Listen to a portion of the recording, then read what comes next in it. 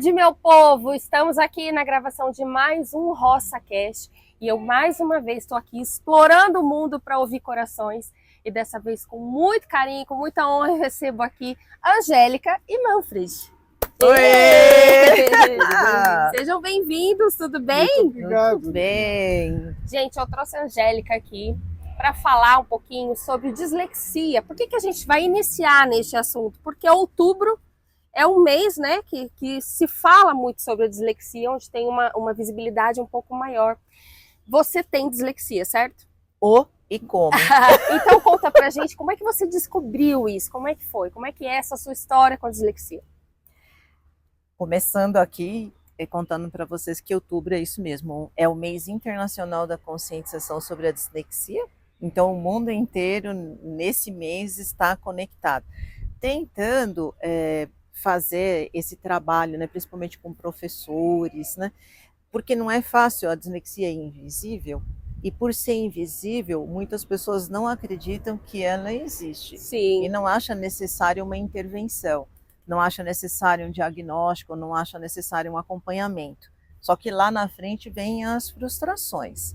Então, é óbvio que hoje eu sei contar, né, como eu percebia a dislexia já desde a minha infância, porque eu não aprendia como as outras pessoas. Antes, conte para as pessoas o que é a dislexia. A dislexia, porque assim, não é só um déficit de atenção para leitura e escrita, ela é um pouco mais, né? O que se fala mais, o que eu achei muito interessante quando a Nina fez o convite para a gente falar sobre a dislexia, é que eu trago aqui um assunto que é a dislexia na vida adulta. Por quê?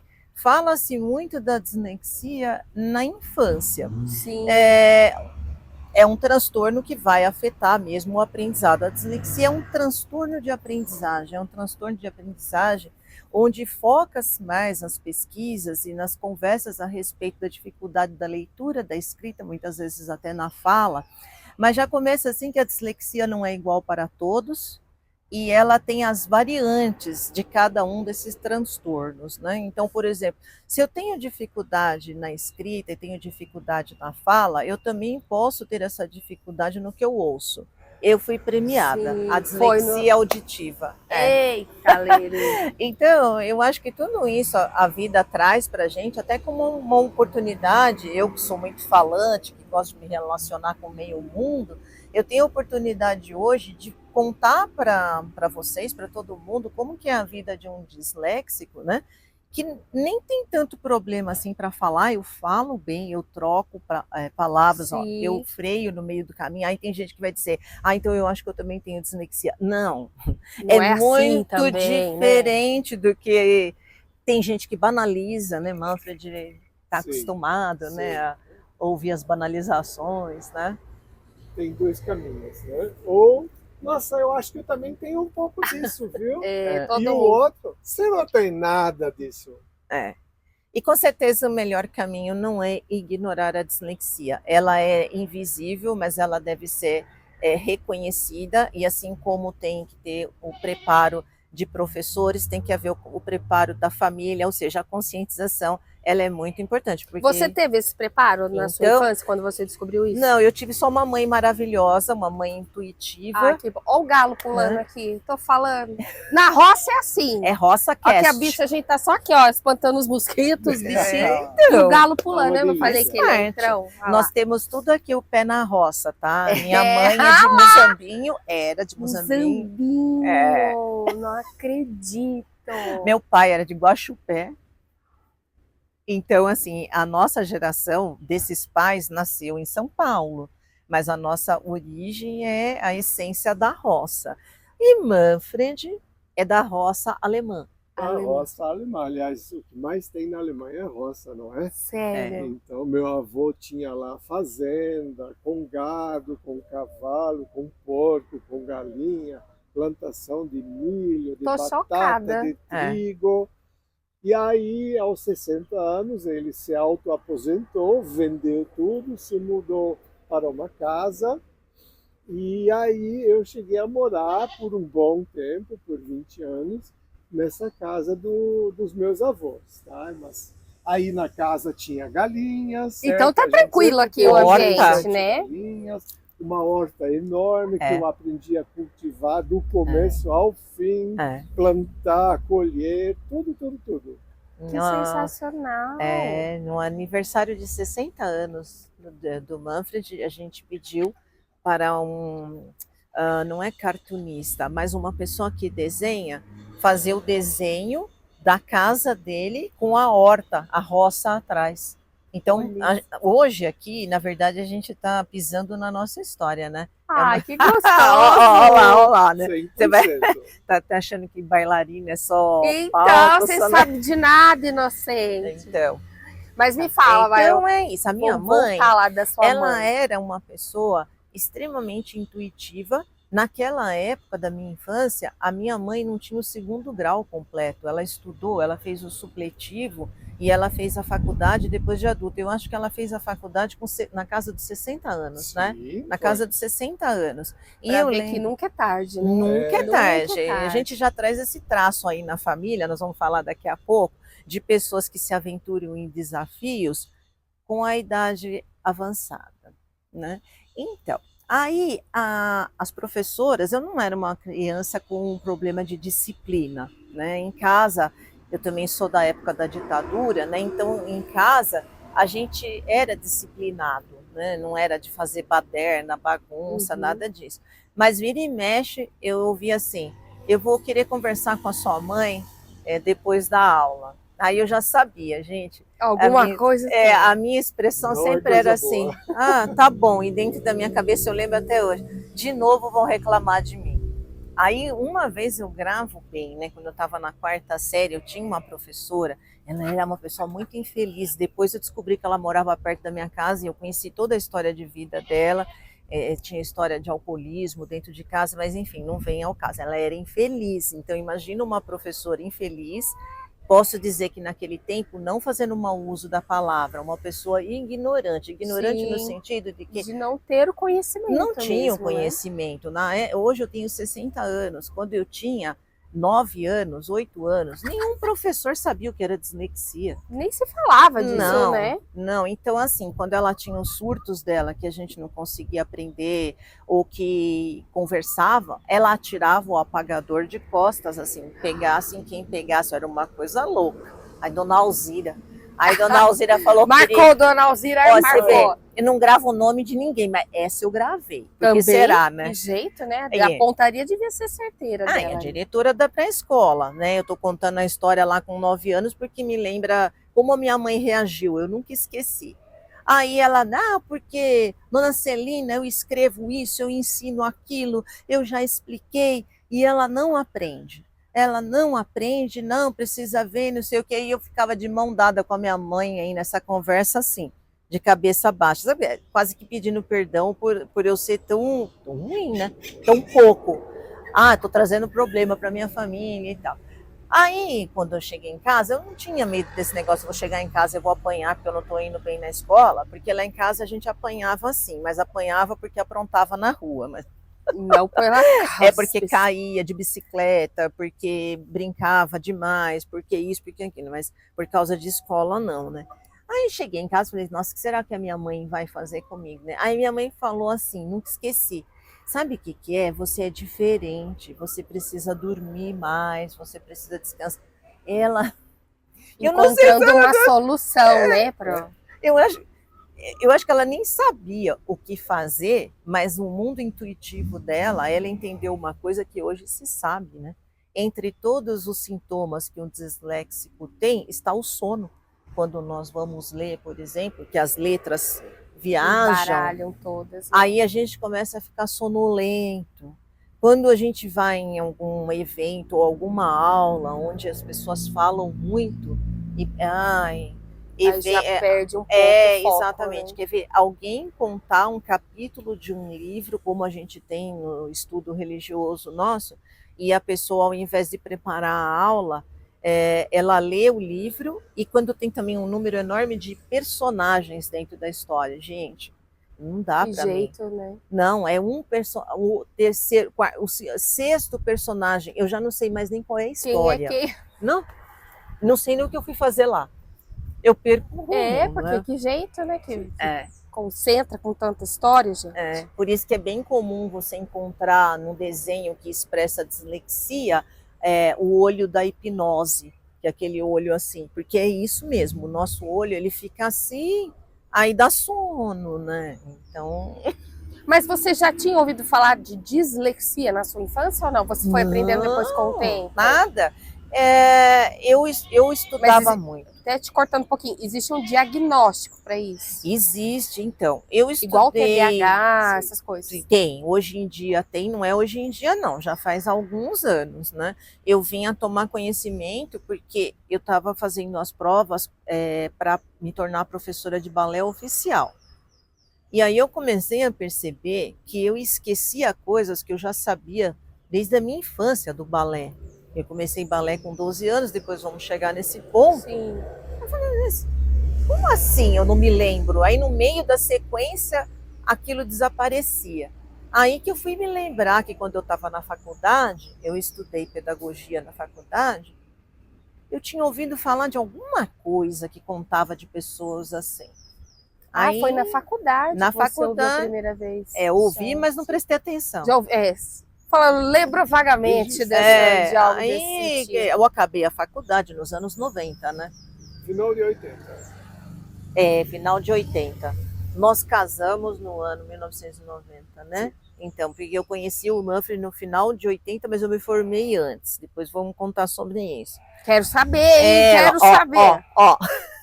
Aí eu falei, eu acho que tem um negócio aí que eu ouvi falar na faculdade. Fui procurar, aí achei o nome, entrei em contato com a Associação Brasileira de Dislexia, e aí eu fui fazer um dia de avaliação. É incrível. Você passa por vários tipos de profissionais, né? É multidisciplinar. É psicopedagogo, psicólogo, sabe? Antes você faz fono, você faz um exame auditivo antes, olha lá. Meu pai era surdo e ele tinha otoesclerose. É uma doença progressiva, ela vai avançando, né? Aí o médico que fez a minha audiometria, ele falou assim, olha, você tem 30% menos de audição, mas você não tem a doença do seu pai. O médico também não sabia que aquilo se tratava de um distúrbio auditivo da dislexia. Nossa, eu não sabia dessa ligação também. Então, assim, é complicado porque você descobre tarde, até aí você já passou por uma série de traumas na vida. Eu tive a sorte de namorar o Manfred, depois a gente teve um filho que também é extremamente compreensivo, porque para conviver com disléxico não é fácil, mas é super fácil para ele. Isso é o amor. Talvez da audição mais um pouco, né? Então a pessoa acusticamente ouve o som, as palavras, mas o cérebro não consegue processar a compreensão das palavras e das frases. Então você ouviu tudo, mas não entendeu o que está se falando, né? Era essa a questão da audição, né?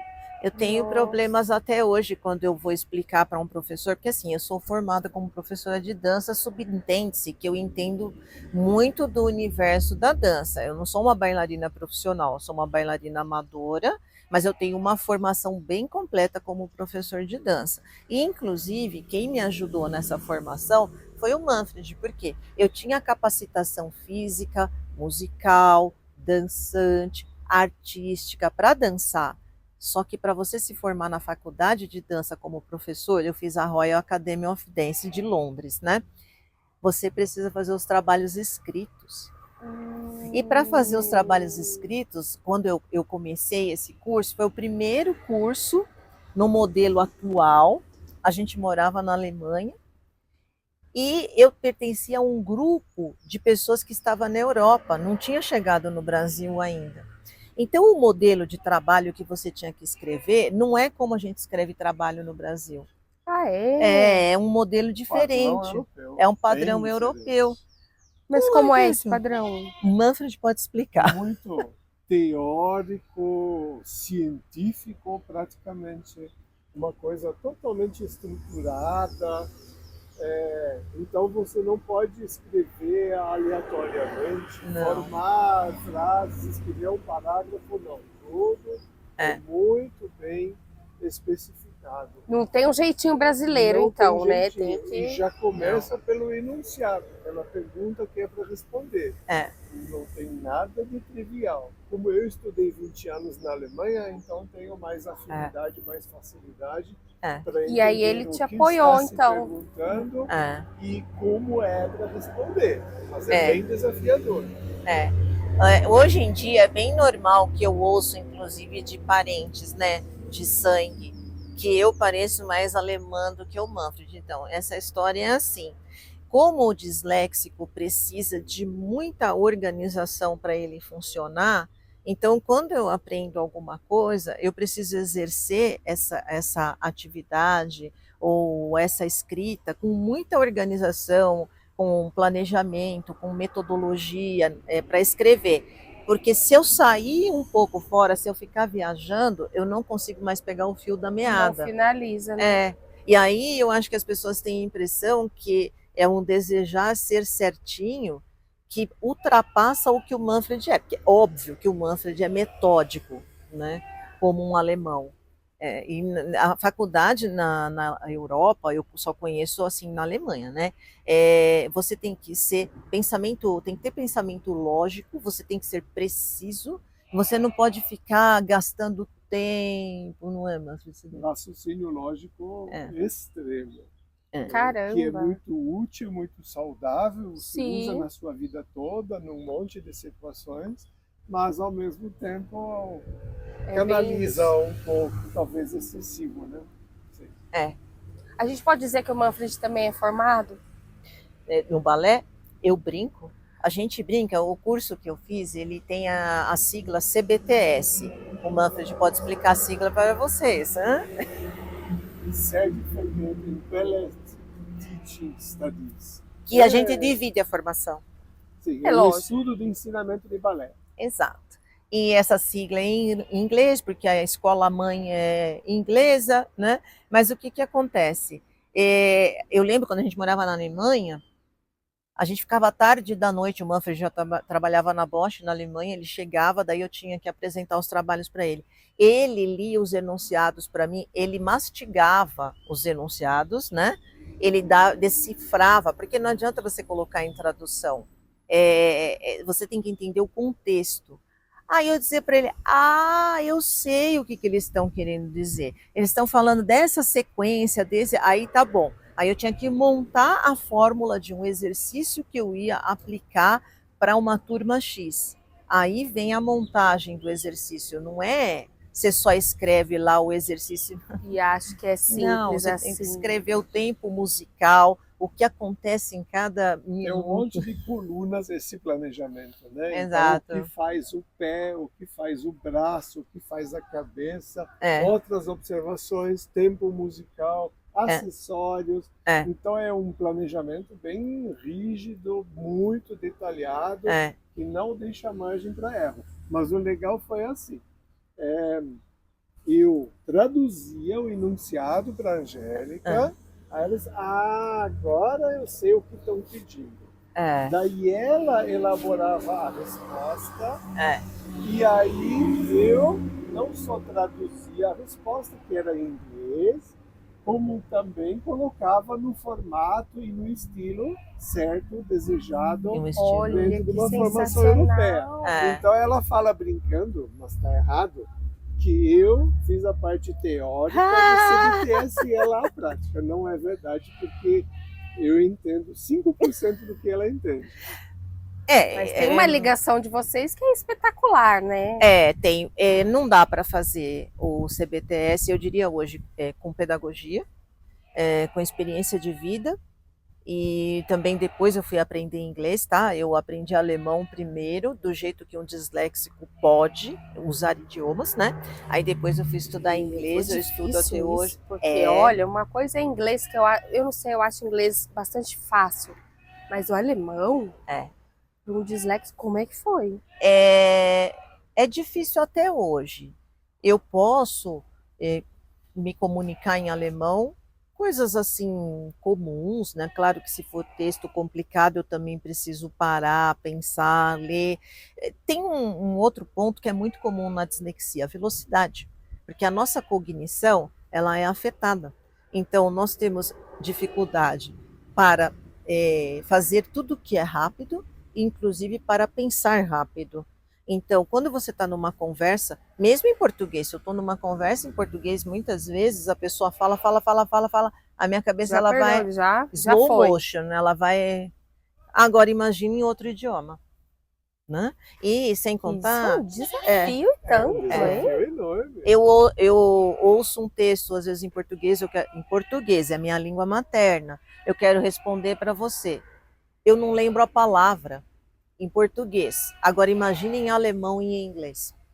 Né? Então, você já falava português quando vocês se conheceram? Sim, já. Se conheceram aqui no Brasil? Sim, eu me conheci, eu estava falando da escola do tempo da Dona Alzira, 9 anos. Mas antes disso, quando eu estava lá no pré-primário, não sei como chama hoje, né? Ensino eu não sei, fundamental, porque na minha época lá, também é primário. Pré-escola. Eu entrei na escola com 6 para 7 anos, né? E aí eu lembro quando chegou a hora de aprender a escrita, eu lembro da sala de aula, eu lembro da cena, eu tenho uma boa memória disso, né? Aí a professora escrevia o número 2 na lousa e eu repetia a escrita do 2 ao contrário. Espelhado. Né? Espelhado. E não tinha o que ela conseguisse fazer que eu acertasse escrever o número. E eu tinha uma amiga também muito sensível, assim, eu fui muito beneficiada pelo universo, tá? Que bom, né? Muito. Então eu tinha uma colega que era de uma outra condição social. Eu era de uma família muito pobre. A minha amiga, a Anete, era de uma família muito rica. Mas era uma pessoa empática, e ela gostava, até hoje, ela gosta de ajudar as pessoas. São amigas até hoje? Até hoje nós temos amizade. A Anete, assim como minha mãe, ela reconheceu a minha dificuldade, ela pegava na minha mão para me ensinar como eu desenhava o número 2 para o lado certo, porque precisa ter o toque muitas vezes.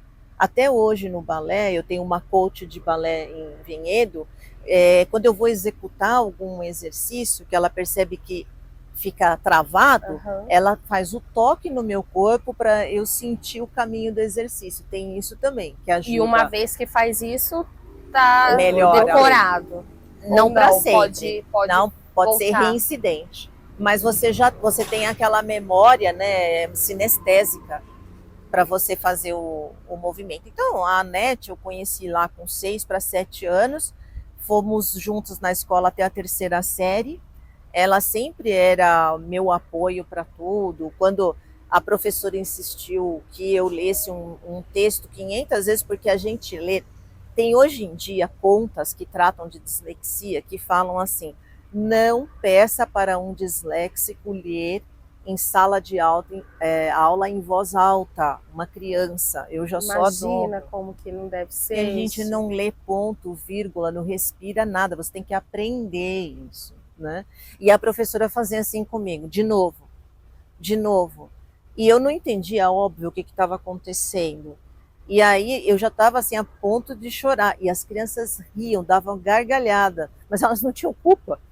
Na verdade, nem a professora tinha culpa. Né? Nem sabia. Né? Faltou a conscientização. Não sabia o que era, faltou conhecimento. E a informação era muito lenta naquela época, né?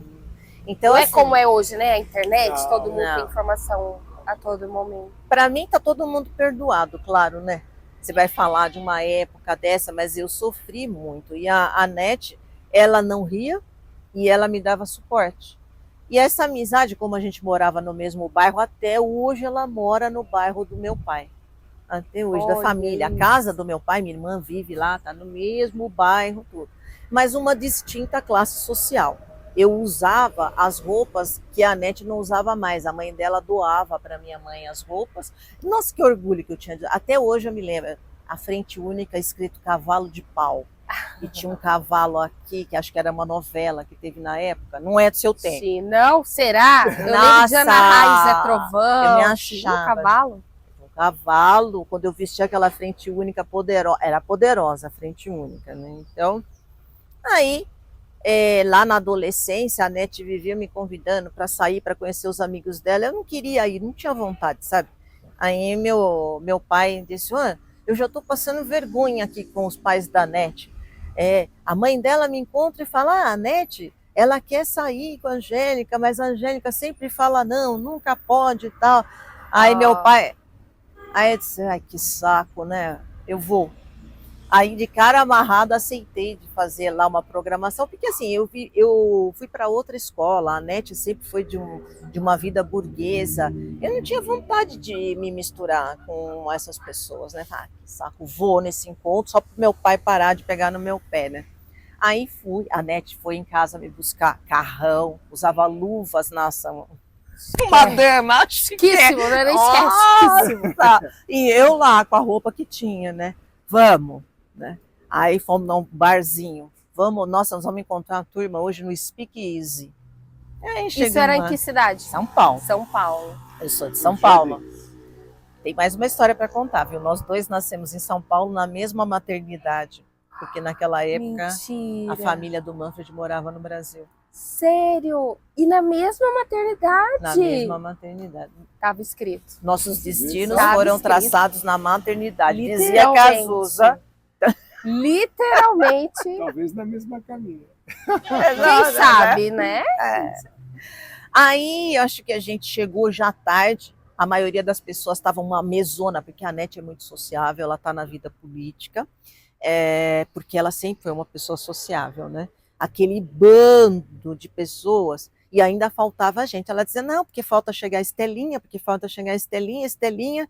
Aí chegou a Estelinha, e aí depois chegou um amigo da Estelinha. O amigo da Estelinha.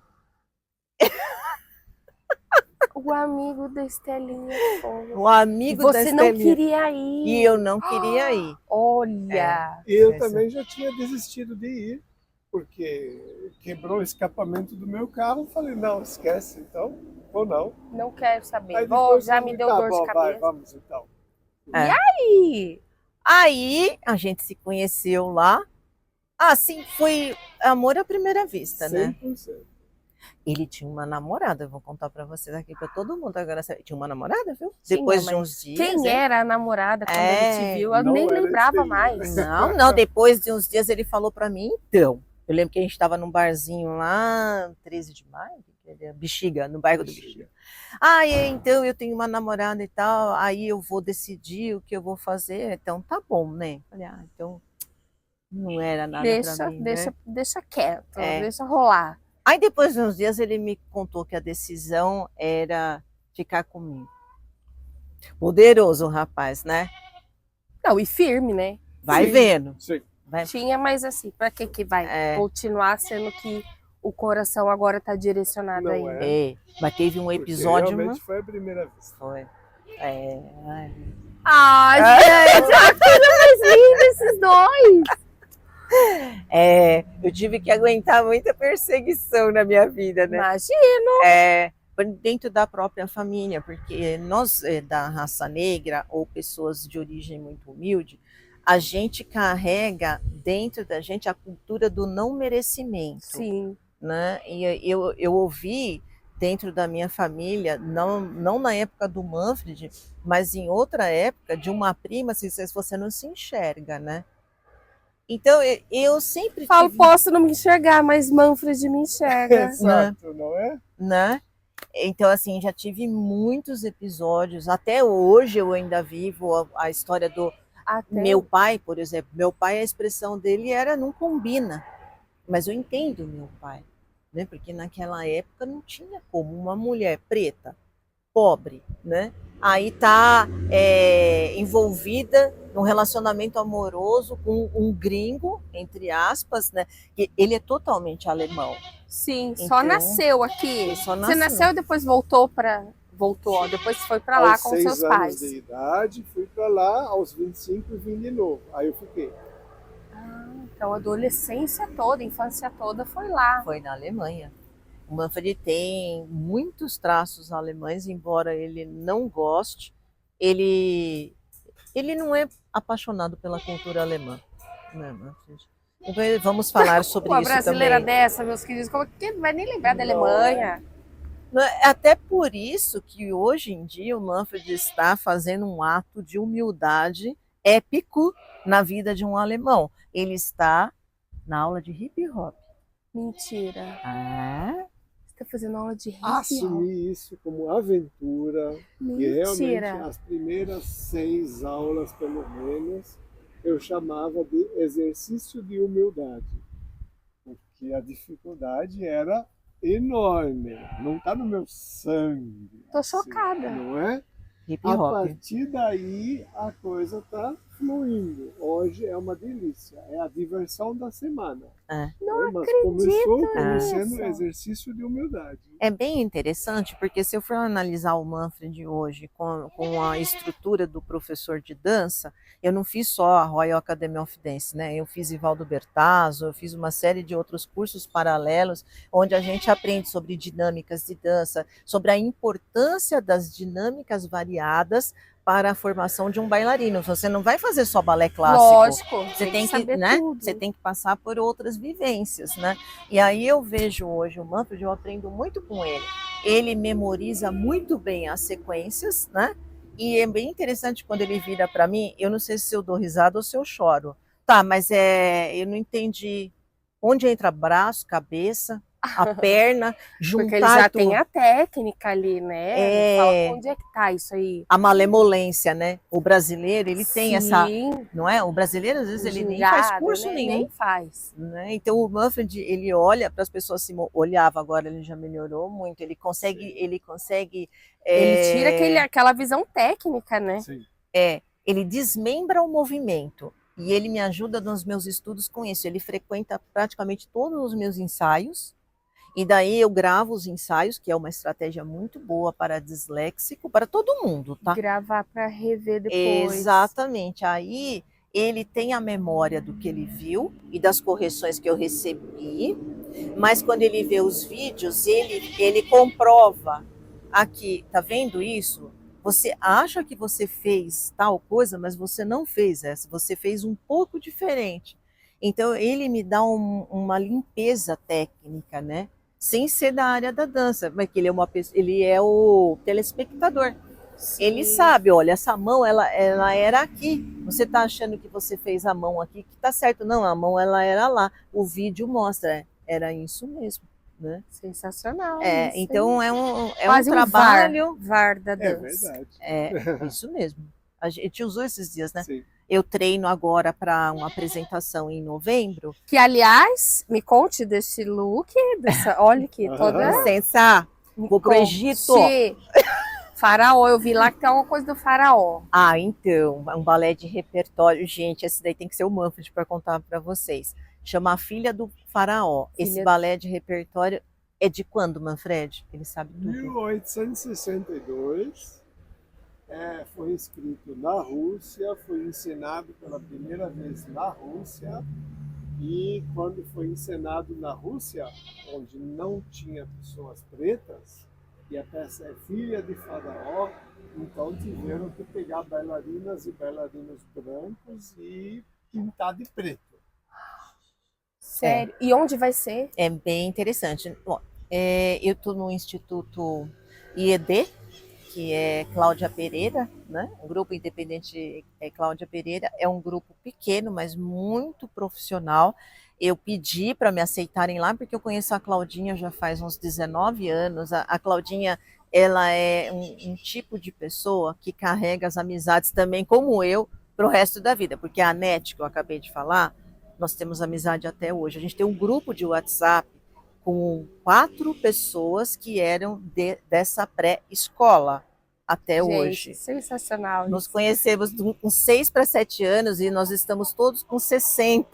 Ai, que delícia! Isso que é amizade de verdade, né? A gente se pega também, porque tem opiniões políticas, então, mas só que... Mas tem essa liberdade de falar com respeito, né? E eu acho que também a amizade, ou mesmo um relacionamento amoroso, não é concordar com tudo que o outro faz. Claro que não. Tem que ter as divergências. Você deixa a sua essência, né? Assim a gente cresce e aprende. Com certeza. É muito importante. Então eu tenho essa amizade antiga com a Claudinha, o que me deu acesso a pedir para fazer a aventura da dislexia e dança no segundo semestre no seguinte esquema. Primeiro semestre eu fui convidada pela Karen Ribeiro. Eu consegui. Mas uma próxima oportunidade eu ainda vou dançar com a Karen de novo, né, Karen? A Karen foi assim, ela ficou 2 anos, eu acho, me observando pelo Instagram. E ela queria muito que eu participasse do espetáculo dela, uma remontagem de Gisele, e ela queria fazer algo especial para mim, porque no que ela via, ela sabia onde ela tinha que mexer para eu dar o melhor de mim. Eu fui toda desconfiada, né? Sim. Fui toda desconfiada. Aí falei, não, agora eu vou. Aí decidi junto com o Manfred e tal. Nossa, gente, era um empreendimento, assim, muito interessante. Ela quis proporcionar para esse grupo de pessoas que participaram a experiência de uma companhia de dança sendo bailarinos amadores. Ela fez isso. Ela não falou que ela ia fazer. Ela fez. Simplesmente fez. Meu Deus, né? E aí eu ganhei um papel desafiador, porque eu tinha um PADD com um bailarino profissional. E ela fez as adaptações que eu precisava para o meu corpo, né, para minha mente, deixou tudo muito lindo, mas certas coisas não tinham negociação. Por exemplo, o número de piruetas, né? Tinha que ter. Era aquilo lá, mas o PADD, só te cortando, o PADD é aquela dança que é você e mais uma pessoa, né? Aí a Karen, ela me deu esse grande presente da minha vida, vou ser eternamente grata, não adianta, cada pessoa pode achar o que achar. Quem me inseriu, quem me valorizou, eu já fiz outras coisas antes, mas quem acreditou em mim, me pegou pela mão e disse assim, você é capaz, vai, foi ela e não tem discussão. Aí falei, bom, segundo semestre, né? Não vou poder dançar em São Paulo de novo, porque, gente, quantas viagens a gente fez. Nossa, imagina os ensaios, né? Exato. Domingo, ensaio, você foi acompanhando, né? Fui acompanhando, só não pude estar lá um dia, mas eu fui acompanhando. Não, mas vai dar certo ainda. Claro que vai. Aí, segundo semestre, eu falei, gente, não posso deixar também agora a peteca cair, né? Aí eu tenho que chegar nos lugares com a minha bolsinha de elogios. Aí, porque as pessoas não acreditam em você. Quando você tem 60 anos, você nunca foi bailarino profissional e você quer fazer um papel diferenciado, primeiro que tem uma hierarquia que é praticada no mercado, né? Você é aluno aqui da escola? Não, você está chegando agora e quer sentar na janela, você não vai sentar na janela. Mas eu tenho um problema, eu já tenho 60 anos. Pode ser que quando esse digníssimo coreógrafo achar que é a hora de eu sentar na janela, eu já não estou mais aqui para sentar na janela. Né? Vai saber. Então, eu tento explicar, né, que a hora é agora, eu preparei meu corpo, né, eu estou com a mente funcionando, a memória muscular está boa de todo o trabalho que eu fiz no primeiro semestre e tal. Aí a Claudinha me recebeu de braços abertos, me deu um papel que eu acho muito legal, porque eu queria um desafio de PADDs juntos no palco. Dançar sozinho um PADD, você esquece, você improvisa, o bailarino dá uma ajeitadinha e ok. Ninguém nem percebe se teve algo fora do prumo. Né? Aí eu resolvi subir na escala. Eu queria participar de alguma coisa assim que tivesse um conjunto para eu me dar a obrigação de seguir a velocidade e fazer a mesma coisa que todo mundo está fazendo. Ela fez, gente. Eu estou agora dançando no segundo semestre na Filha do Faraó, no terceiro ato, uma dancinha, apenas um pouco com corpo de baile, e uma dancinha que são 3 casais de PADD fazendo a mesma coisa no mesmo tempo musical.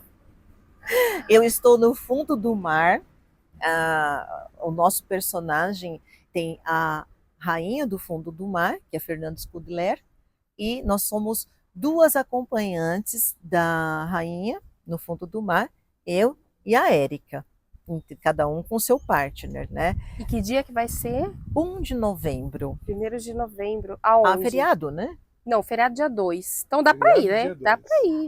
Então dia 1, trabalha normal, Vai ser numa sexta? Sexta-feira. Sexta-feira. 8 horas da noite, assim, o espetáculo é lindo. Aqui em Campinas. Gente, é pra ir, hein? A Nina tem que ir. Eu vou, pode hein? contar comigo que dessa vez eu vou. É. E aonde? Através do... Tem algum site ou lá? Simpla. Depois você passa pra gente, eu deixo aqui também. O espetáculo é lindo. Filha do Faraó é um balé de repertório raro, né, Manfred? Foi executado pouquíssimas vezes no mundo inteiro. A Claudinha tem essa capacidade artística, né, profissional. Ela tem a sensibilidade. Eu acho muito interessante como nós somos um grão de areia nessa apresentação, né? Nesta coreografia. A Fernanda Scudilera, ela tem outras passagens onde ela tem destaque, mas eu entro com a Érica no terceiro ato e ela se importa com todas as pessoas no mesmo nível. Então, só a saída do palco, que ela quer um braço, que é para fazer de conta que você está acompanhando o movimento do mar, né? Imagina ela explicando isso. No final da dança, você está apavorado, né? Você quer sair do palco correndo, ela fala, não, aí é que não. Vocês vão sair do palco assim, como se tivesse né? Só no... Exato. E a história da formação, hein? Da escola não, para tornar professor de dança, né? O que eu acho incrível, né? Ter ganhado essa oportunidade, claro, porque a Claudinha me conhece há muito tempo. Não é fácil, tá, gente? A gente está trazendo aqui 2 temas e eles são meio parecidos. A pessoa que envelhece, muitas vezes ela tem sintomas parecidos com sintomas da dislexia. Memória, né? A lentidão no processamento cognitivo, né? Para executar tarefas, né? Então, os movimentos, né? Então, assim, não é fácil. Quando eu chego numa academia, quando eu explico a minha situação, olha, eu queria fazer um trabalho aqui com vocês e tal. Eu passei por isso na cidade de Campinas, numa escola muito conhecida. Eu expliquei para a secretária que eu queria fazer aula de ponta, mas eu queria ir na aula de uma determinada professora que eu conheço há muitos anos. A secretária não me deixou. O Manfred presenciou a cena. Aí como ela assim, disse, não, deixou, você não foi um filtro da escola. Nem chegou Você não está entendendo, essa aula é aula para pessoas que têm experiência. Então, eu tenho certificado da Royal, do exame tal, do exame tal, do exame tal. Eu prestei exame recentemente, a gente esteve lá em 2023, né? 23. Aí eu tinha exames recentes, porque eu atualizo, né, a minha vivência em dança, prestando exames para ser avaliada, porque se você não tiver os exames, ninguém acredita em você, né? E como eu preciso correr, entre aspas, porque eu acho que eu não tenho tanto tempo de dança pela frente, então, às vezes eu tenho que dar carteirada, né? Eu tenho que chegar lá e falar, ó, prestei exame recentemente e tal, fui aprovada. Mas nem falando tudo isso, falando do exame. Já quero saber que escola é essa daí. Aí você me conta em off. Aí o Manfred foi pessoalmente comigo. Gente, não tinha conversa com a secretária. Assim, mas eu não sou iniciante.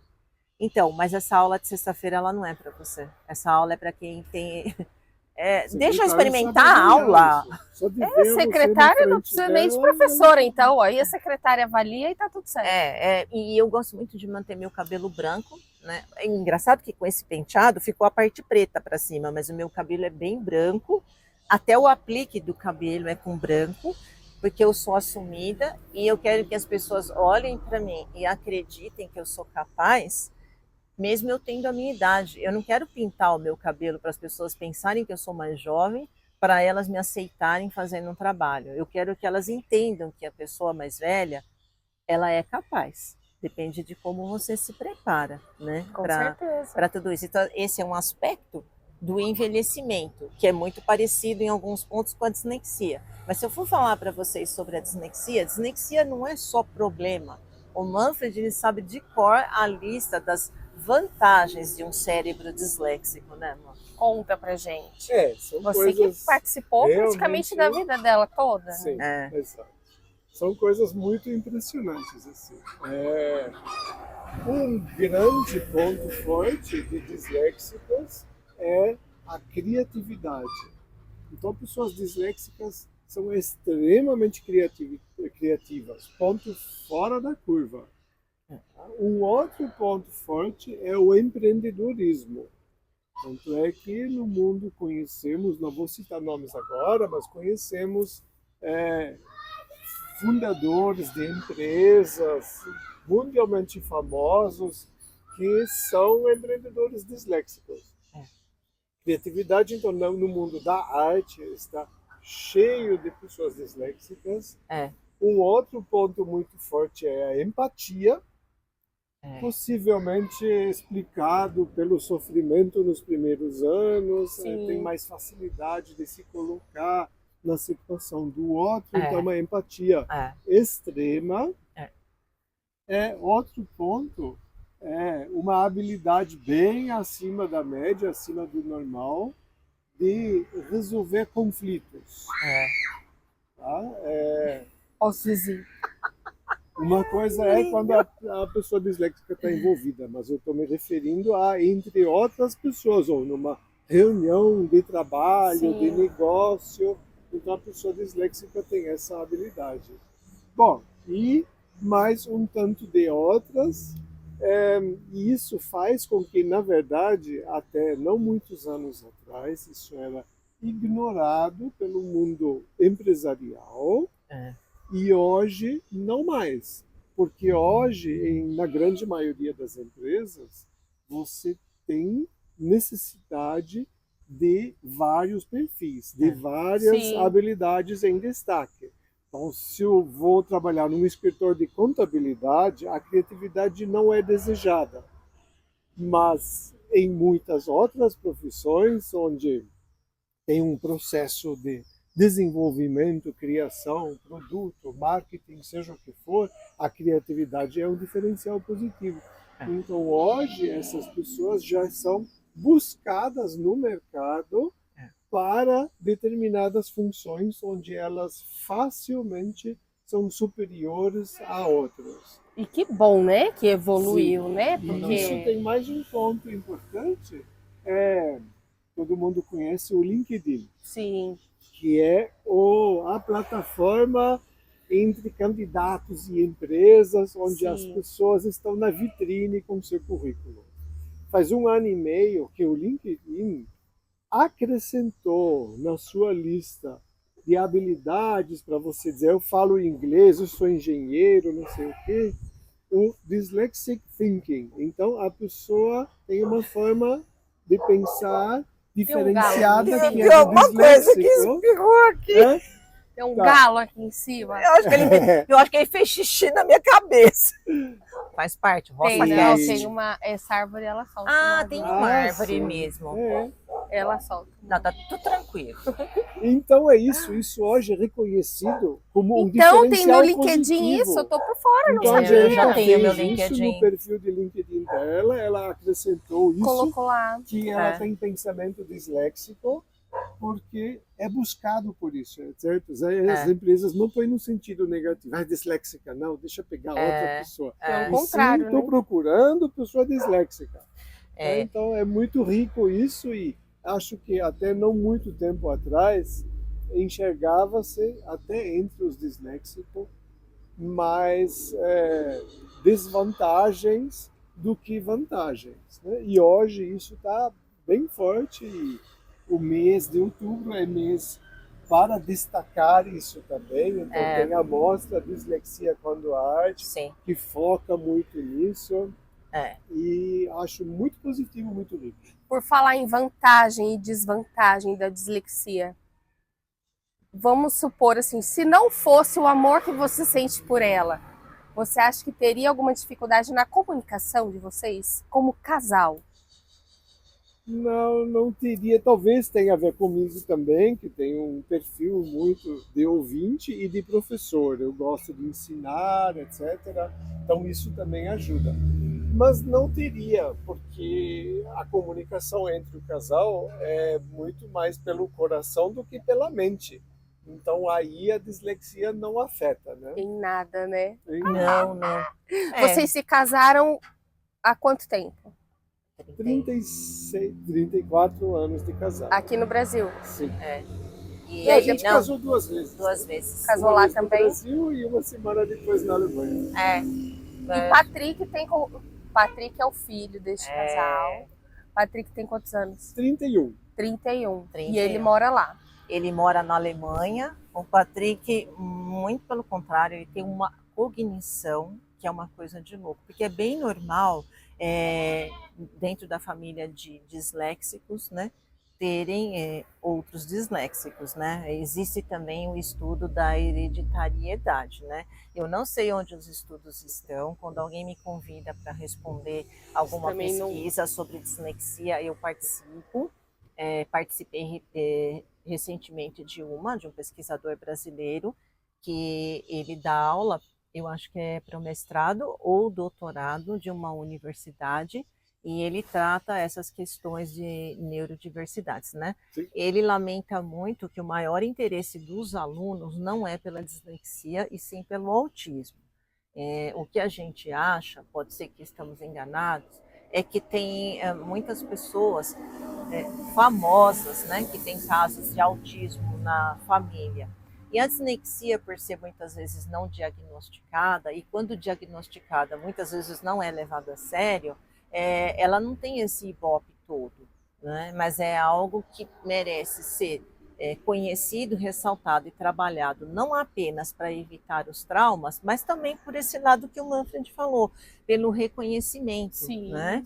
Então, e a importância de também você ter o idioma inglês, ou alguém que vai traduzir para você, ou você se esforça para aprender o inglês, é que as melhores contas, as que mais trazem informação sobre dislexia na vida adulta, ou o campo de trabalho, né, como é você dentro da empresa, não são contas no Brasil. Né? As maiores redes com relação à dislexia em adultos são internacionais, americanas, europeias. Mas você posta dislexia para todos, não? Qual é o arroba lá que dislexia você... Quando Arte. A Dislexia Quando Arte, ela é uma curadoria que junta professores, né, professores e profissionais que estão conectados com a dislexia, que foram captando pelo mundo afora disléxicos que são artistas. Né? Porque a intenção que eles têm é mostrar o lado positivo da dislexia, porque assim, é um dominó. Quando o Manfred falou que não tem só os aspectos negativos, vem pela ignorância, eu desconheço que você tem, portanto você é burro, você não é capaz, e depois de você ouvir isso, não sei quantos anos da sua vida, você vai estar convencido que você não é capaz. Então, o número de disléxicos, inclusive nas penitenciárias, nas cadeias, é bem alto, né? Porque com certeza foram pessoas que lá atrás não foram ouvidas, não foram desenvolvidas, e assim, quando você não é ouvido, você não dá voz para aquilo, você não tem a voz que faça o outro compreender, ou ninguém está interessado em te ouvir, parte para a violência, né? A violência muitas vezes é fruto disso, né? Sim, muitas vezes. Não é compreendido. Não entendimento, né? Você não queria ser aquilo, você queria fazer melhor, você não tem capacidade de fazer melhor, então se você não for tratado adequadamente, pode ir para o lado da violência, né? Então, assim, a gente trabalho de formiguinha, tá? Sim. Porque o autismo, ele, graças a Deus, né? Porque também precisa muito de apoio, reconhecimento, né? Até mesmo quando eles usam o cordão dos girassóis, né? Para que a gente tenha consciência. Ia perguntar agora se tem essa simbologia da dislexia. Então é um girassol? Então, existe uma comunidade que foi criada, não sei falar muito bem sobre isso, em torno de doenças que te incapacitam, que te trazem problemas, muitas vezes, que as pessoas ao seu redor não podem compreender. E dentro do guarda-chuva, que a gente fala de neurodiversidade, ou acho que até mesmo que atende as pessoas que têm essas dificuldades, está a fibromialgia. Porque a fibromialgia ela também é um fenômeno, né? uma doença, uma desordem invisível.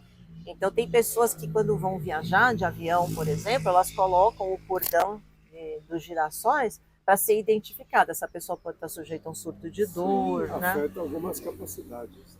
Afeta algumas Sim, capacidades. A dor deve ser terrível da fibromialgia.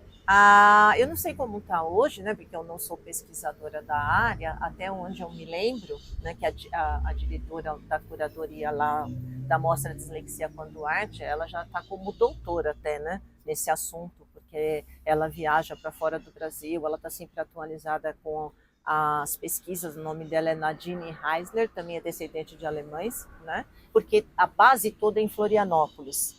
Mas ela colheu artistas pelo mundo inteiro. Eu nunca encontrei a Nadine pessoalmente. Esse aqui é meu 4º ano de mostra? Sim, claro. Meu 4º ano de mostra, né? Então, ela explicou que num aspecto psicossocial, a dislexia, ela é considerada algo que interfere no seu relacionamento, na sua vida, né? Então aí tem que checar direitinho esse uso do cordão de girassóis para disléxicos, porque dislexia não é doença, dislexia é um transtorno, né?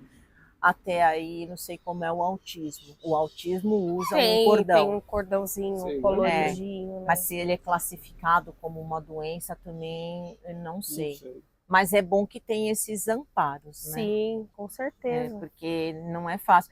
Sabe, outro ponto que o Manfred pode entender também. Se a gente está viajando, está em outro país, eu falo inglês naquele sentido de que eu sei exatamente o que eu quero. Quando o outro vai responder para mim, ele precisa responder com poucas palavras. Ele não pode contar uma história. Ele tem que ser muito objetivo. Você desce essa rua à direita, você pega o ônibus número tal, e muitas vezes eu falo, né? Você pode escrever para mim o número, isso é bem comum na dislexia, né? Então, assim, senão dispersa, né? Quando você é identificado, daí eu acho que se tiver essa possibilidade de usar o cordão de girassol, mas as pessoas precisam estar conscientizadas do que significa o cordão de girassol. Sim, com certeza. Né? Então você já sabe, cordão de girassol, eu preciso me comunicar com essa pessoa de outra forma, né? Então ajudaria muito, porque a gente aprende o idioma, falamos sobre isso hoje, né? Mas a gente aprende o idioma de uma forma, eu não sei se posso chamar de limitada, como que você chama isso? Não, tem uma dificuldade maior de associação. Isso complica um pouco o aprendizado. Você vai aprendendo palavras e certos termos, mas a partir daí você constrói frases. E quando isso fica mais falho na presença da memória, então essa associação é mais difícil. A velocidade da fala da pessoa, tanto em português, mais ainda em outros idiomas, ela vai impactar diretamente na compreensão do disléxico. Nós fomos outro dia aqui em Campinas no Burger King, e aí a gente foi de tarde. Sim. Aí chegamos lá no caixa, fizemos o pedido, e daí a menina perguntou em que nome é que eu coloco. Aí o Manfred falou, coloca no nome dela que é mais fácil. Como que é? Sim. Angélica. Né? Aí ela falou, você pode soletrar o seu nome para mim, por favor? Porque eu tenho dificuldade de compreender. Eu não acreditei. Eu falei, o que é isso? Eu vou dar a volta no balcão, eu vou pegar essa menina no colo. Dá um abraço nela. Aí eu perguntei para ela, você tem dislexia? Aí ela disse não. Ela tinha um mal congênito, uma má formação no cérebro. Sim. E essa má formação dela faz com que ela tenha dificuldade para reconhecer as letras que ela tem que escrever. Em primeiro lugar, Burger King está de parabéns, né?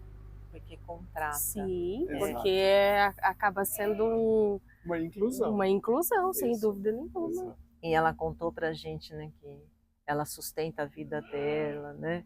Ela pôde comprar um celular dela com trabalho, elogiou os colegas de trabalho, sim, né? Porque eles têm paciência com ela. Então, isso daí é inclusão, sabe? Não precisa ser a dislexia, mas você precisa aprender que essa... outro ponto também, nós somos no Oba Farm do Nova Europa, né? Sim, Nova Campinas. Eu não conheço nomes, é complicado. Aí a gente foi num caixa, a gente já percebeu que o Oba contrata pessoas diferentes, Sim. né? Mas a gente caiu num caixa que era diferente, o empacotador também era diferente, foi tudo contratação de inclusão. Nossa! Eles têm síndrome de Down, eles têm várias oportunidades, eles são bem inclusivos mesmo. E foi muito gostoso, porque a gente teve uma ótima conversa com os dois, então os dois também se abriram, se sentiam acolhidos, tinha uma simpatia no ar aí. Foi muito legal, muito gostoso da gente poder contribuir aí para esse clima e da empresa Oba contratar eles e praticar essa inclusão. Muito legal. Muito bom isso, né? Então você percebe que está mudando. Acaba quebrando barreiras, né? Sim. Ela citou a instituição que ela tem que agradecer, né? Como que é aqui no Brasil? Ela disse: eu tenho que agradecer muito que acolhe as pessoas que têm deficiência. Ai, Não é nome. a PAI, né? A PAI. A PAI. Né? Então, assim, um trabalho lindo, gente. Não é dislexia. É a mesma coisa que eu tenho para dizer quando as pessoas questionam sobre a gente não ter essa necessidade. Por fora, bela viola.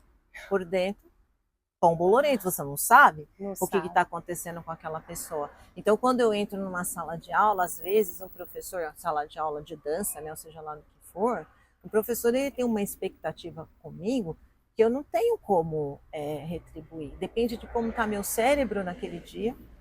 Eu tenho capacidade de aprender, mas o processamento é lento.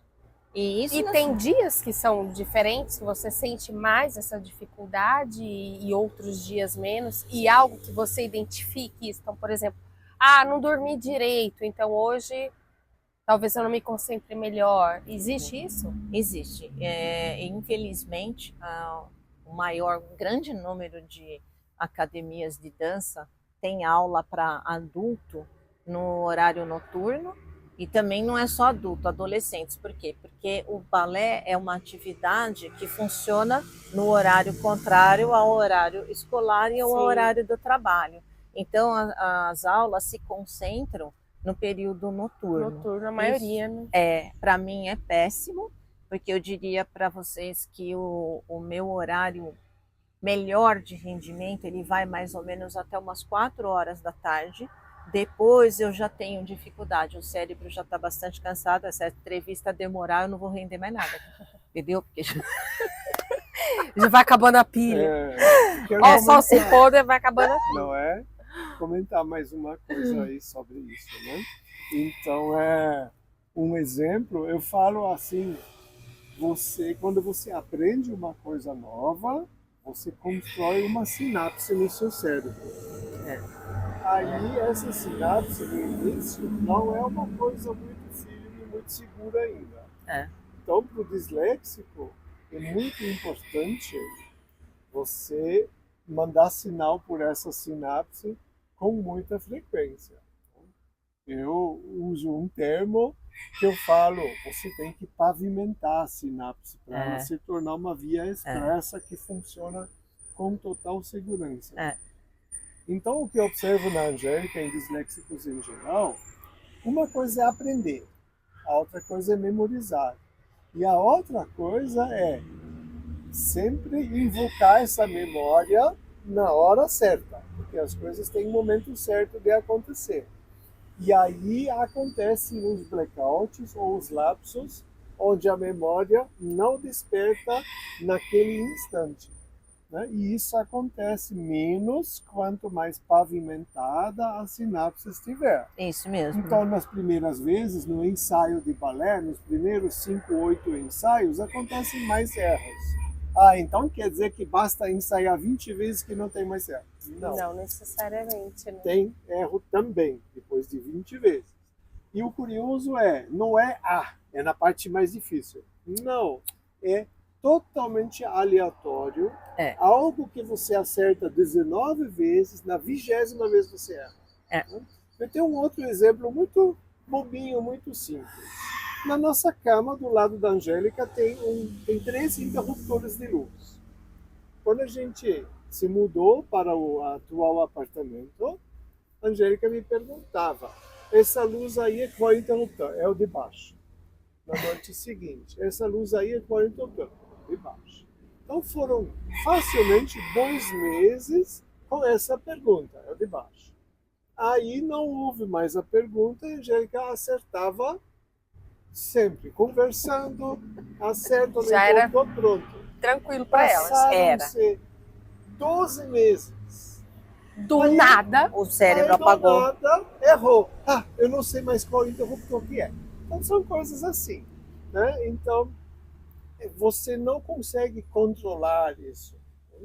Eu diria que existem exceções, por exemplo, dirigir carro. Você dirige o carro 4 vezes por dia, então 1.200 vezes por ano, durante 40 anos são 50 mil vezes. Tá? Então, no dirigir carro, não existe nenhum lapso, nenhum blackout. Tá? Não tem essa de, nossa, peraí, esqueci de piscar. Nossa, marcha para onde?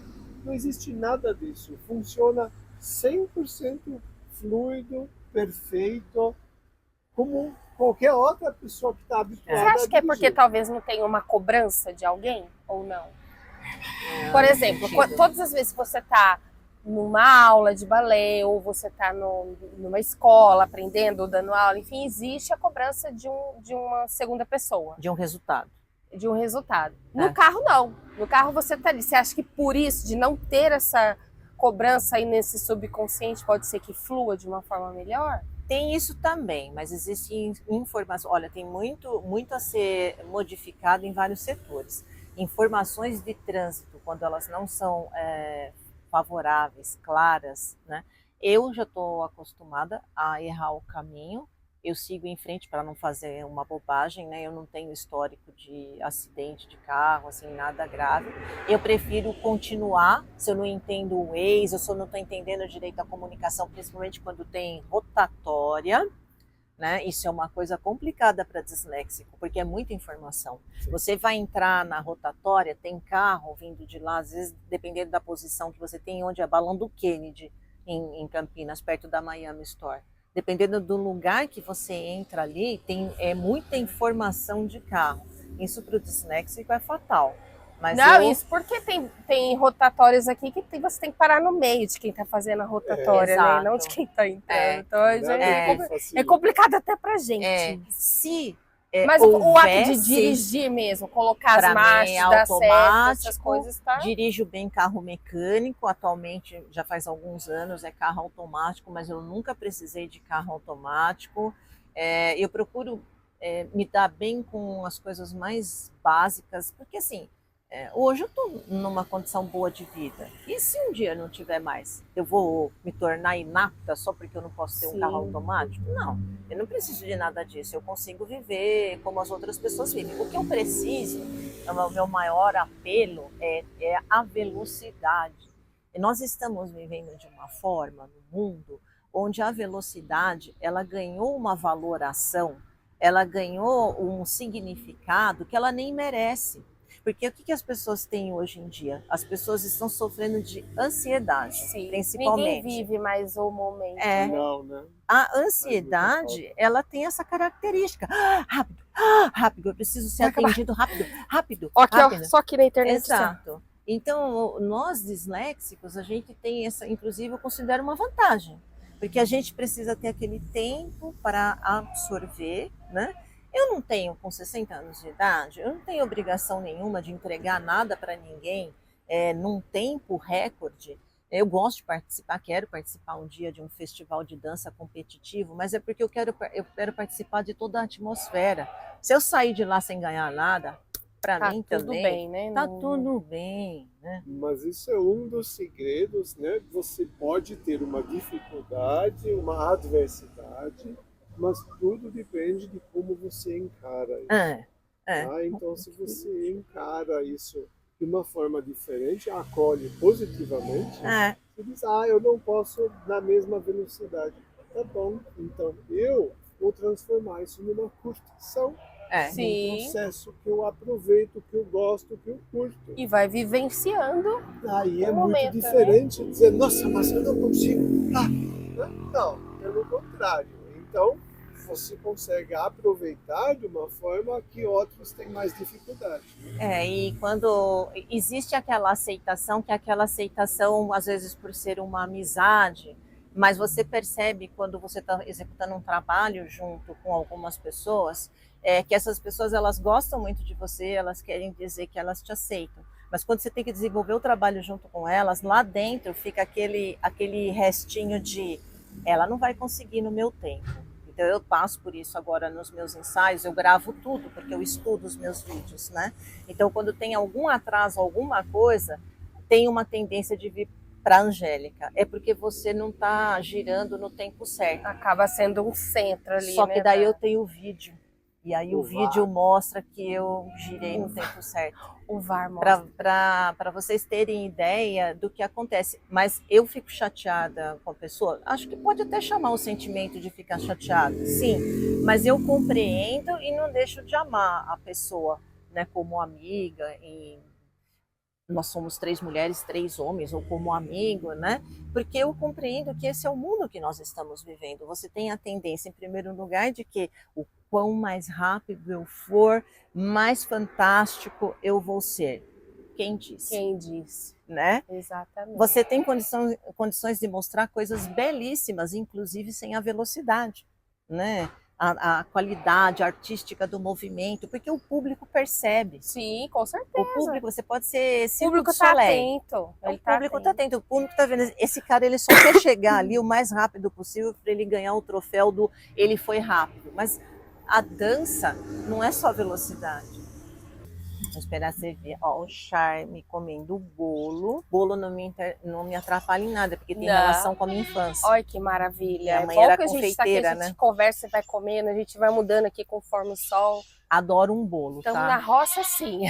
Perfeito. Deixa eu te perguntar agora. Tirando o Manfred de Patrick, eu vejo que a dança é sua grande paixão. Qual a importância e qual o recado que você deixa para as mulheres? Principalmente, vou colocar assim, eu nem diria mais de 60, que é a sua idade, mas eu diria mais de 40. Que eu acho que é importante a atividade física. Vocês fazem não só a dança, né? Vocês estão aqui ainda na academia. Faz musculação também. O quão importante vocês acham que é a atividade física? É extremamente importante, porque assim, o envelhecimento ele traz limitações, você pode retardar isso. E nada como você ter a independência de se locomover por sua conta própria, né? Eu vi a minha mãe perder a marcha, né?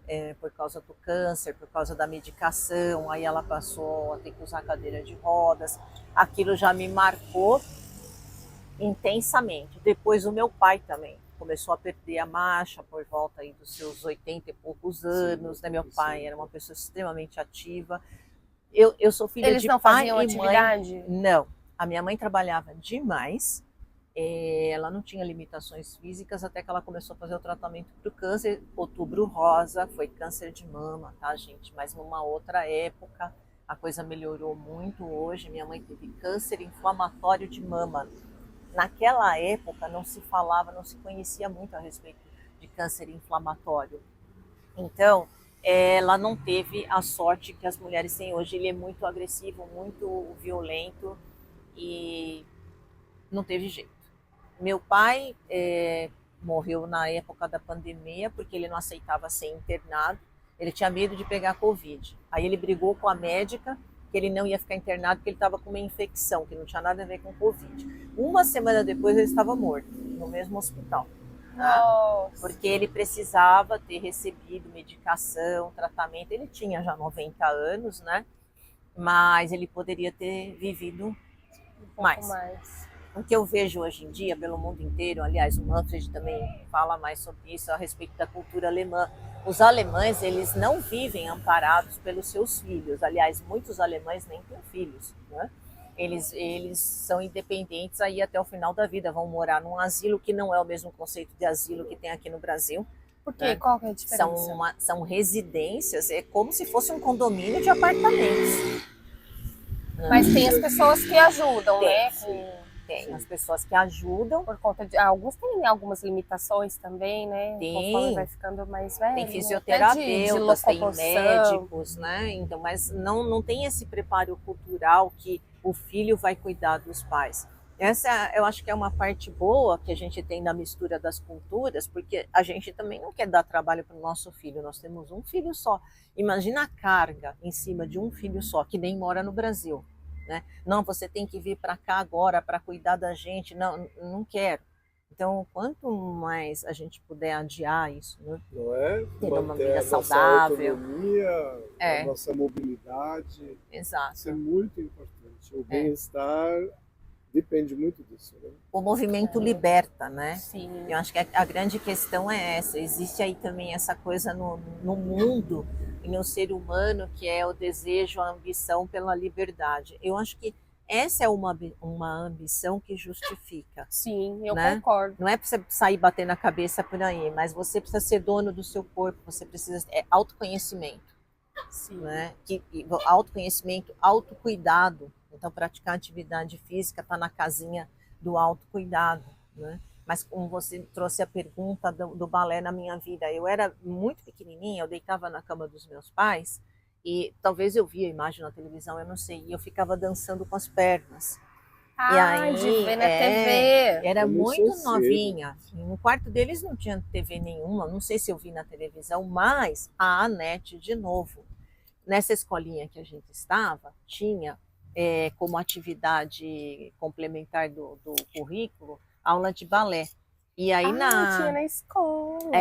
Aí na hora do lanche, algumas crianças iam brincar e outras estavam na aula de balé. Não sei como que era feito, porque quem estava no balé tinha que comer também. Eu ficava na janela, debruçada, assistindo a aula de balé da Anete. Então, olha aí, ficava encantada. Como a gente recebe influências na vida desde a infância, né? Acabou que a Anete parou de dançar na juventude. Nós tivemos depois as mesmas professoras. Eu fui aluna da dona Araci Evans em São Paulo, era muito conhecida, porque ela foi a primeira a trazer os exames da Royal Academy of Dance para o Brasil, né? E ela disseminou, né, a metodologia da Royal no Brasil. E eu conheci a dona Araci na Escola Municipal de Bailado, aí eu tive uma trajetória, mas eu nunca era convidada para nada, tá, gente? Porque eu não conseguia me desenvolver como era desejado, o tipo físico não agradava, a cor, tá? Esse negócio assim de bailarino negro dançando. Esse negócio é muito recente, tá? De bailarino negro dançando. Então, desde pequenininha, eu tinha esse anseio, né? Eu queria dançar, eu queria dançar. E eu comecei a realizar os meus sonhos depois dos 40 anos, né? Porque eu queria fazer alguma coisa que desse mais destaque, né? Que eu fosse mais importante na dança. Demorou muito até que alguém me desse uma oportunidade de mostrar que eu era capaz, né? Eu comecei a dançar coisas boas depois dos 50. E que bom que você não desistiu, né? E o melhor papel da minha vida eu ganhei com 60. Então, o recado que eu tenho respondendo a você para as mulheres de 40 é: escolha quem vai te acolher nas aulas de balé adulto, de hip hop adulto, porque às vezes o professor não tem interesse de trabalhar com a nossa faixa etária. Ele acha assim, a pessoa vem aqui se divertir um pouco, eu já peguei de tudo. Mas só mais um. Só mais um.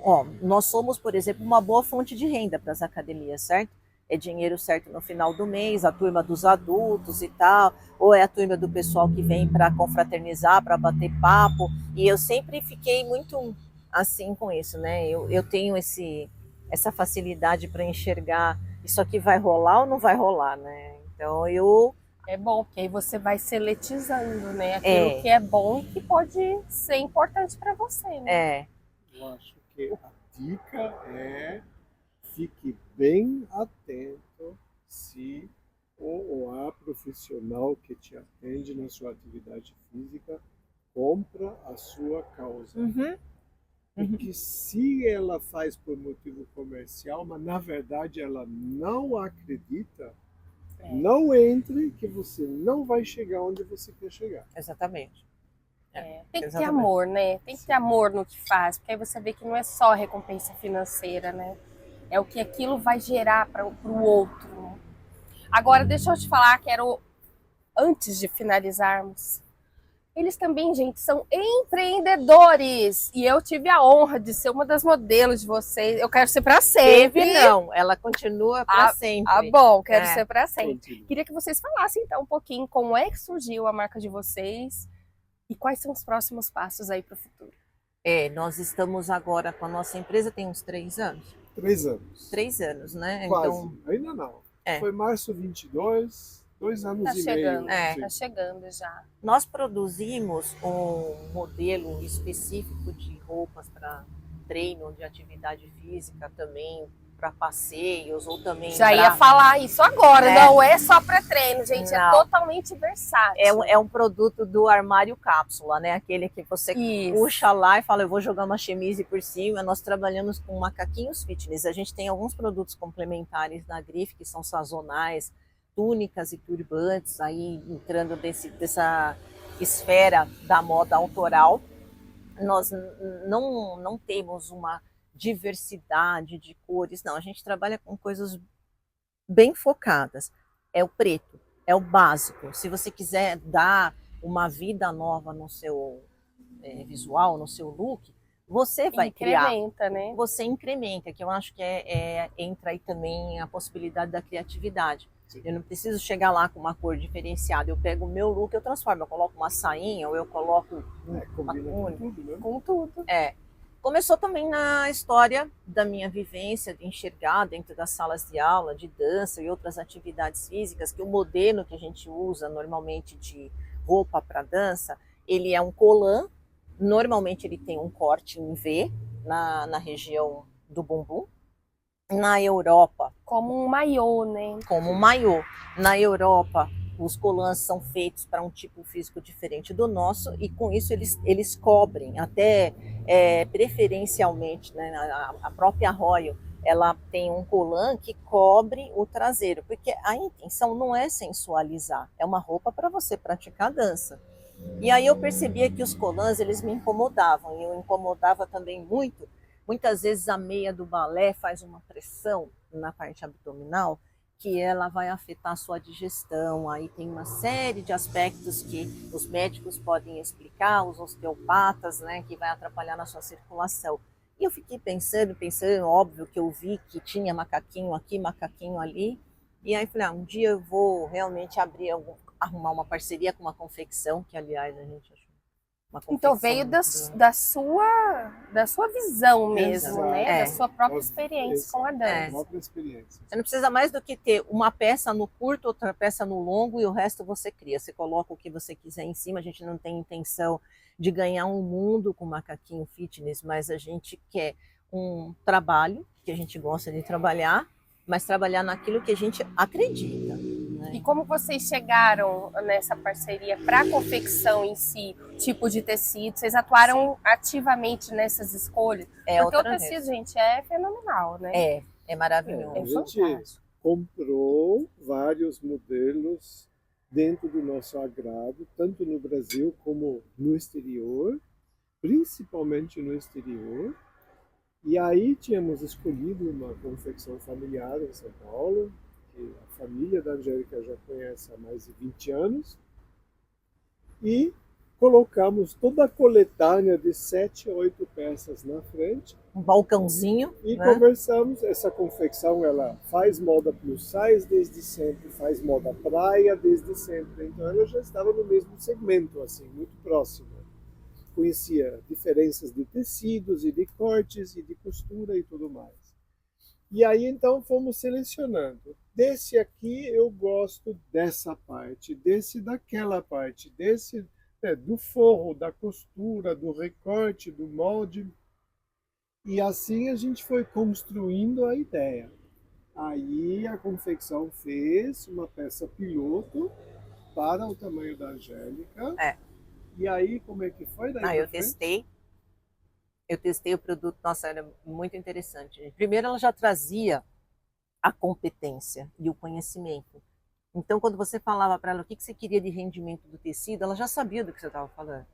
porque ela trabalha com 3, 4 tecidos diferentes na moda praia dela, então ela já sabia detectar qual era a gramatura do tecido, qual era o poder de flexibilidade, elasticidade do tecido.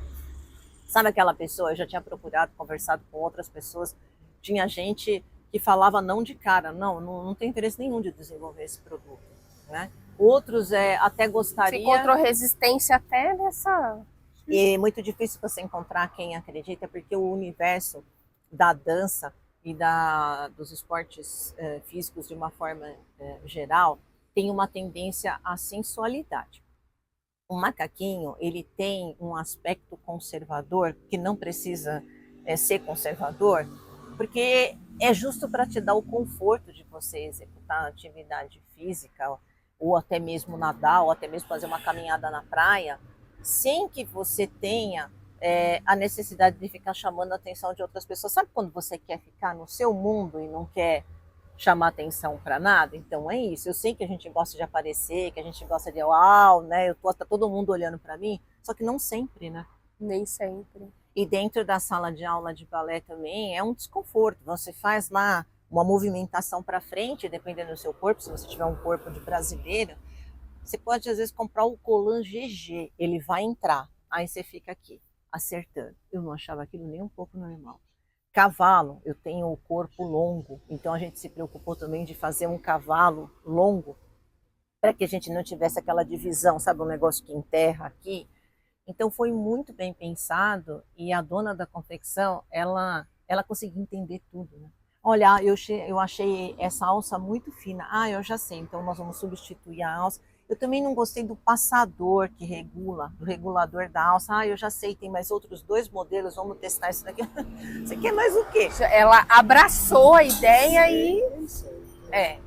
E é uma pessoa que também faz muita caridade há anos na vida pessoal. Então, como eu também trabalhei já há 9 anos em ONG dando aula de balé, acho que desses 9 anos eu trabalhei 1 ano e alguns meses remunerada por insistência da diretora do projeto, porque eu ia para núcleos distantes e eu ia gastar bastante combustível, né? Mas o Manfred fez quantas ações, comprou quantos figurinos para as crianças. Eu colhia sapatilhas nas academias usadas, aí lavava a sapatilha em casa, roupa de balé usada de crianças e transformava para as crianças das comunidades.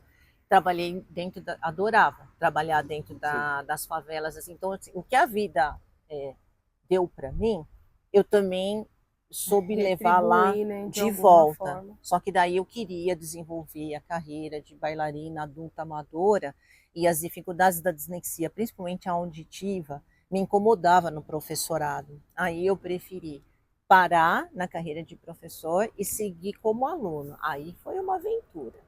E a grife, ela assim, é uma coisa que a gente ama muito. Ama muito. É mais um filhinho. É mais um filhinho, é uma coisa muito mimosinha, pequenininha, não tem aquela gama de produtos, é para um outro conceito. É um produto estiloso. Bonito, confortável. Bem diferenciada, durabilidade. Sou suspeita. Grande. Então, o produto não é um produto desse mercado que você compra. Não, é slow fashion mesmo. É aquela coisa que você vai comprar, você vai ter seu macaquinho. Os primeiros que eu fiz teste, que devem fazer uns 3 anos ou mais, eu tenho eles ainda. Inalterados, é impressionante. Eu tenho já há bastante tempo o meu também. Pode lavar. E parece novo, é impressionante. Não acontece nada. A ideia que a gente tem não é promover que o cliente compre mais um. Não é. Então, gostamos muito. O tal do custo-benefício, né, gente? É algo que não é um produto qualquer que você vai, em 6 meses, ele vai se danificar para você trocar. Porque a ideia não é essa, né? É ter um produto resistente de qualidade, né? E a gente também está colaborando com essa visão distorcida que existe da sensualidade em academia. Eu sei que muitas vezes a gente precisa ir para a academia para levantar a nossa autoestima. Mas aí é a gente com a gente mesmo, né? Não precisa expor isso para os outros, né? É a gente que tem que estar bem, né? Talvez a realidade às vezes seja, eu vou para a academia, eu gostaria muito que olhassem para mim. A gente tem que acolher essa causa, né? Porque isso é uma dor. essa pessoa ela quer ser vista lá, provavelmente porque ela não é vista em outro lugar. Então, por isso que eu falo que as pessoas hoje elas estão necessitadas dessa atenção, Sim, né? Então, nem sempre esse é o objetivo, né? Não, Ela tem que se olhar, a pessoa tem que se olhar, se ver como uma pessoa importante, né? Exato. E já teve várias críticas para mim, nossa, mas você usa isso não, porque a perninha, ela é uma perninha comprida, então eu não preciso de nada mais do que isso. Eu só preciso estar vestida de forma prática. Às vezes, muitas vezes a gente sai da academia e já vai direto para o restaurante almoçar. Então, assim, joga você uma só pega só negocinho. ou um shortinho, você coloca por cima e acabou. Né? É isso. Vou fazer depois algumas fotos que eu tô devendo, eu sei. Tô devendo, eu gosto de falar que eu tô devendo, que eu sou honesta. Com algumas formas de se usar, gente. E eu queria deixar para vocês 3 Instagrams aqui. O do Manfred. Fala pra gente qual que é o @ Manfred _Siegburg. É bem fácil. Eu vou digitar. É melhorar lá. Estará aqui na legenda. Só de pronunciar não ajuda. O seu, Angélica. Eu acho, como disléxica que sou, deixa eu comer. Mas eu vou colocar. E o meu é Angélica Castro Neuhaus. Só nome fácil. Angélica Castro Neuhaus. Só e do isso. macaquinho.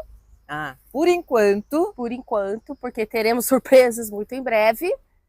UU3 Fitness, @UU3 Fitness. O U3, na verdade, ao contrário, ele é um eu, porque eu escrevia de forma invertida. E a gente não espelhada. Então ele conta um pouco da história da minha dislexia, o nome da empresa, tá? É aquele eu que é para você que veste o U3 Fitness ser você, não é para você ser o outro, né? Isso mesmo.